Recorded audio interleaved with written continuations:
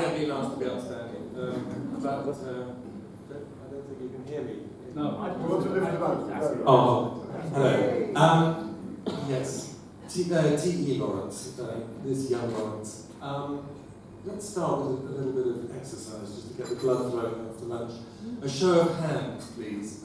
Who has read Seven Pillars of Wisdom? And who has seen the film? David Lean's film, Lawrence of Arabia. Yeah.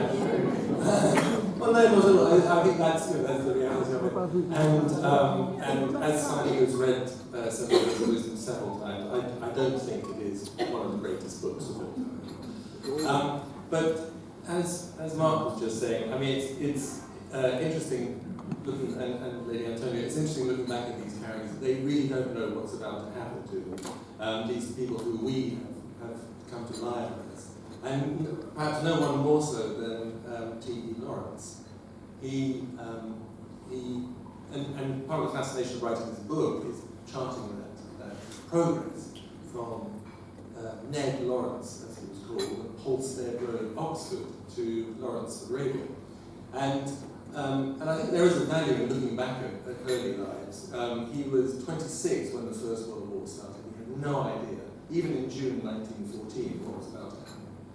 I have to say, I'm not the greatest fan of Lawrence's later life. I mean, there's an awful lot of sort of obscurities. One of the reasons why I think after Winston Churchill, Lawrence is the most written about character of either of the world wars in this country, is because there is no certainty about either what he did or how he did it. Towards the end of the First World War, he was proposed for a VC, Victoria Cross, and they couldn't give it to him because you need to have a British officer present witnessing the act of terrorism, and there wasn't one. And the Arab sources don't agree with what Lawrence wrote about his account of the war. So who knows exactly what happened in the First World War? We may never know, which is why people are writing books about it. But this earlier character you can get hold of, and I think it's fascinating to watch this person emerge. He was a medievalist. He was somebody who there were sort of three important things to know about him. One is that he wasn't like Peter O'Toole, he was very short. He was somewhere between 5'3.5" and 5'5". So, he was not a big man.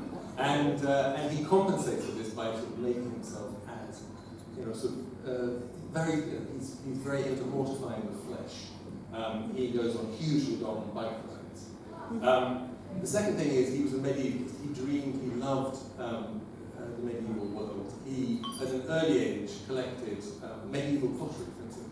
When he was 13 or 14, there was a lot of building work going on in Oxford, and he was paying work to provide him with shards of pots and bottles and things. He was piecing them back together and became the youngest donor to the Ashmoleans medieval collection, and then helped them, I think at the age of 16, reorganize their medieval collection.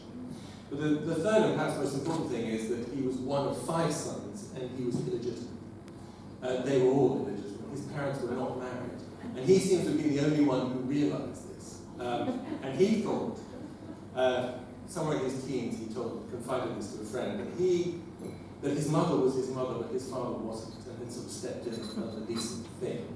But the reality was actually even more interesting than that. His father was an Anglo-Irish baronet, big estate outside Dublin, called Sir Thomas Chapman.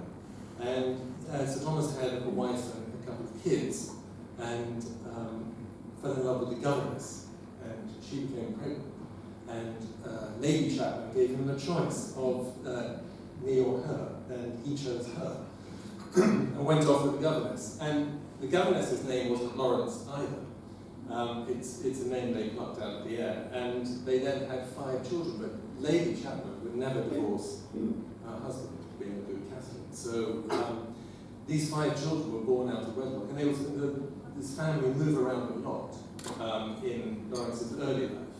And I think when he's about 9 or 10, they settle in Oxford because they need they want to educate their kids properly. And I think that's part of what drives him into the Middle East, because there's no backstory in his family. his mother herself was illegitimate, and so she didn't know her family story. And the father couldn't tell the family story because he didn't want the children never knew about this until after his death. And so instead of, in the place of family pictures on the mantelpiece, Lawrence does brass rubbing, and his bedroom is filled with knights and knights in armor. And that's sort of the backstory of what this young man, this fantasist young man, and what drives him to the Middle East.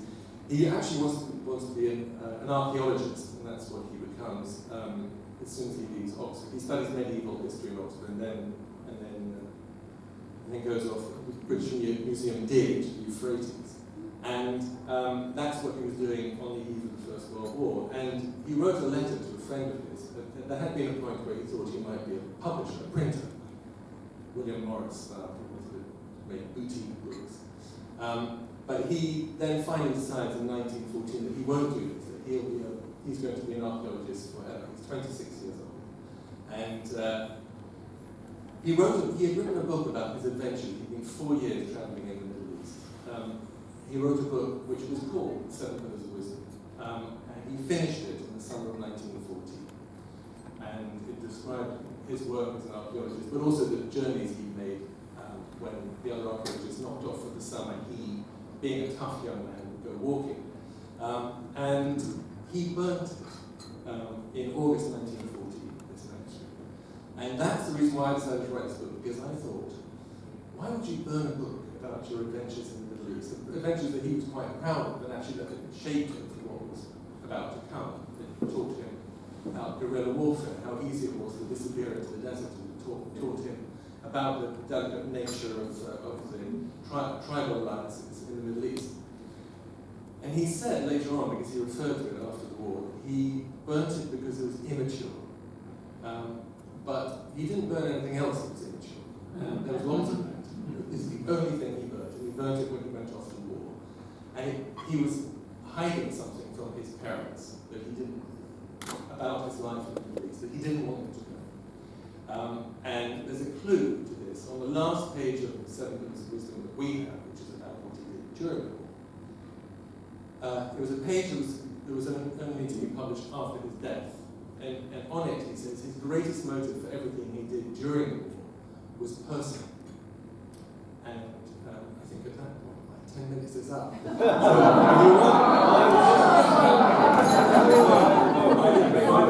If you want to know what the personal motive was,